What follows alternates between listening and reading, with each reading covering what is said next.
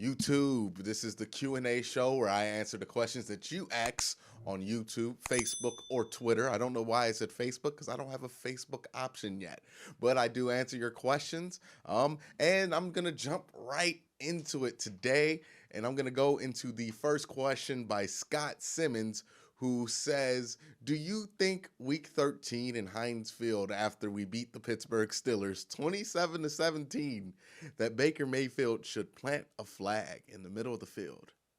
Question mark. I do. Exclamation mark. Well, um, let me think about that.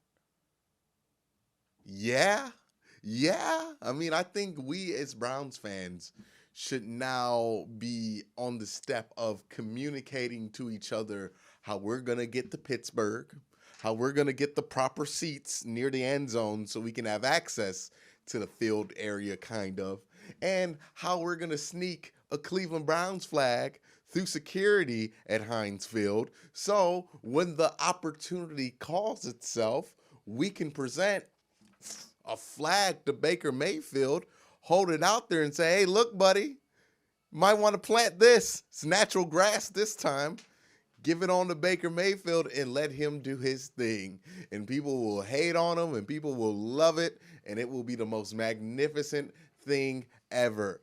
That will be the statue. If Baker Mayfield ever wins a Super Bowl with the Browns, or 2 or 3 or 4 or 5 or 6, that will be the statue. Him planting that flag in Pittsburgh, because that would be an iconic moment in the rivalry. I think it's a moment that the rivalry needs. We've needed something disrespectful and just rude from the Browns end on that rivalry, because we've had it enough from the Steelers end. I mean, Antonio Brown kicking Spencer Lanning in the face, Antonio Brown hitting the front. I'm really glad they traded Antonio Brown.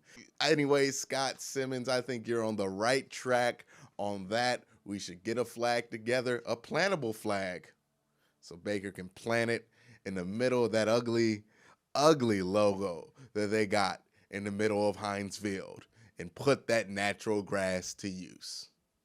The next question is from "To Release is to Resolve," and he or she asks a question. Oh, there it goes. Presents a question that has been presented to me in the comment section, I realize, by force this week. And it is, why do you say axes instead of axe? I guess axe is am I just putting an S on it? Is that the problem? I don't know if it's a pronunciation thing or if I'm just saying a word that doesn't exist. But if I'm getting you guys right, I'm saying axes, but I should be saying axe. So to release is to resolve. Axe. Da da da. I'm just really gonna awkwardly avoid trying to say axe now. You guys have made me sufficiently self-conscious about that. Are you proud? Nah, it's okay. But yeah, I don't know. I don't know where that comes from, why I say acts like that.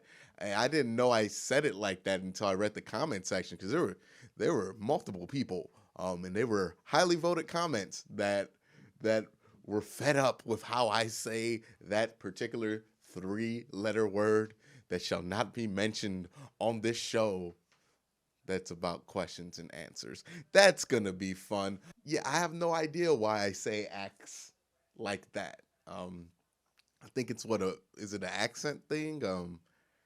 I have no idea. I'm trying to, I don't know. Somebody in the comment section down below, please do me a favor and spell it out phonetically so I can get this right. The next question is from Daniel McMaster, who says, "Why the heck are 5 of the 6 division games in the last 7 weeks in the season?" Well, I think that they were put there because the NFL is going to want intriguing games at the end of the season. And with a team like the Browns that they feel like if they're successful, they're going to generate a lot of interest. They want to make sure there's as many options as possible for them to have national TV worthy games. So they gave them a lot of division games at the end of the season because you know that at least 1, 2, or 3 of those games, if not all of those games, are going to be crucial to the playoff picture. So that's why I think they did that. Also, so they can have an excuse to flex them because they didn't give the Browns the full 5 national games to start. They just gave them the 4. So I think they scheduled it like that so they can have the opportunity to flex and make as much money off the Browns wave that's going to hit the NFL by storm this season. So yeah, that's why I think they play all those division games at the end of the year. But I think it's going to work out for the Browns. I think that it's going to allow them time to adjust. And even if they do have a step backwards or 2 during the season while they're trying to get all this talent acclimated, it's not going to affect them as much in the division because you only have 1 game to lose in that time span. This question is from Nita Pepsi Now, and they ask, what are your thoughts about when John Dorsey said it's possible he could trade up into the first round and make a pick in the draft? Also, they say, I'm sorry, it's not a schedule-related question. Did you see the video predicting the 11-5 season on ESPN? Yeah, I did see that video. Kind of along the lines of what I did in my schedule prediction video earlier this week. Kind of the same vibe with it. And the same flow of the season. So it looks like a lot of like minds out there. But to answer your question about will John Dorsey trade up into the first round? My gut feeling is no. I don't think there's anybody here that intrigues him enough to where he would give up what he would have to give up. And you're talking about giving up maybe a 1 or 2 next year when you already are going to be short picks because you gave away some in all the trades that you made. So I don't see that being how John Dorsey rolls. And I kind of see the Browns staying put. Maybe they trade in at the late part of the round. If they're able to get a good enough deal, they can exchange maybe a 3 this year or next year to get there and to get a player that they really covet. But I don't see that situation being available to where player you covet and package is going to be right in that sweet spot for John Dorsey to hit the go button on jumping back into the first round. It's from Hunter Woodall, who asks, is there an acceptable first half record? Will a record of 500 ball or below be seen as a failure or underachievement? I think widely by the national media, it's going to be seen as a failure or a underachievement. But I kind of expect the Browns to be hitting that bye week at about 500, and they might even dip below 500 before that bye week, and I think that's okay. Again, the crucial part of this season isn't till the end of the year because that's when all the division games are. That's when all your home games are. So if you're a Browns fan, and again, if we're going to start slow, I don't think that means to panic because this team has a lot to lose late, but not a lot to lose early. This question comes from Talkin' and Grubbin Media, who says to me, is it me or after the schedule came out, Browns fans are waiting for the other shoe to drop? I don't think they're waiting for the other shoe to drop. I think there's a healthy amount of skepticism in the air right now with how positive everybody is about the Browns, because I think it's just an instinctual thing for, a lot of Browns fans, myself included, to realize that we're getting excited and kind of also realize that this excitement hasn't ended well in the past.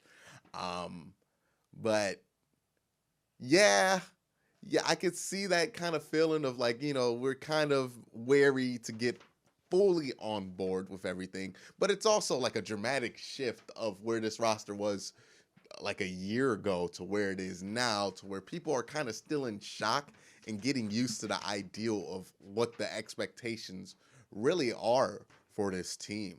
I see people who still say I'll be happy to be 9-7 this year in the comment sections of my videos, and I think that's absolutely crazy. I think 9-7 is an utter disappointment with the talent that you have, but I think people are just being cautious, realizing that there's been heartbreak before, and kind of not wanting to be so susceptible to getting their heart torn apart. And God bless those people, those Browns fans, because they have seen some serious shit. The next question is from Wesley Chad Larks, who says to me in a comment, in the form of a question, why is everybody overlooking the Thursday Night Football Week 2 battle between the Ravens and the Jets? I think it's the best revenge game and game in general of the season. Bro, am I being trolled? Am I being trolled right now? Don't the Browns play the Jets Week 2? So I think you're asking about the 2 Thursday night football games they have with the Jets and then one with the Ravens. I think the Jets one's going to get the hype that it deserves. But I think the one thing that's being overlooked about the Ravens one that the Browns play is that is a Thursday night game at home, and it's against the Ravens, and it's late in the season. That is a statistical advantage because home teams on Thursday night football have a ridiculous record in favor of the home team. So I think that's something that's not being looked at when people do the schedule game. But I think, that game being there on a Thursday night in the middle of the season at a crucial part, that's going to be really important and really impactful for the Browns. The next question is from Sam Che. They say, what do you think about the Browns picking up Garrett Gilbert, Orlando Apollo's QB from the Alliance of American Football? I love the pickup, and considering that Garrett has the same style of play as Baker, and also have the potential to be the starting quarterback. Whoa, whoa, whoa, whoa, whoa, whoa, whoa, whoa, whoa. Mm-hmm. Oh, and Garrett Gilbert ain't starting nothing in Cleveland. If he does, then it's not good. That ain't good. So Garrett Gilbert will hopefully not have to start in Cleveland. But I do think it's an underrated pickup. I think he is somebody who can excel in being a backup in the Todd Monken system with a quarterback like Baker who likes to take chances down the field. If you watch Garrett Gilbert in the AAF, all he did was throw the ball down the field. So it'd be a nice chance to, have somebody in there if Drew Stanton is not working out. God forbid he has to come in and actually play. If Drew Stanton isn't really working out, you could throw Garrett Gilbert in there and he might be able to unlock the offense because he's just going to be willing to throw the ball downfield to Odell Beckham and see what happens. And that might be more successful than Drew Stanton playing the system and doing the more conservative thing. And the next question from Eyes on Dayton says, what linebacker do you think the Browns will draft? Well, I think you should watch Worst Take this Wednesday. And with that, that's going to be it for this week's Q&A. If I didn't get to your question, I'm sorry. I'll try to get to it next week. But again, guys, thank you for watching. Hit that subscribe button. Hit that like button. And if you have $1 or $2 to spare, please check out the Patreon link down below. Patreon.com/worsttake. Give a buck. Keep the lights going. It'll be awesome. Again, guys, thank you for watching. Hit that subscribe button. Have a great day. And keep on keeping on.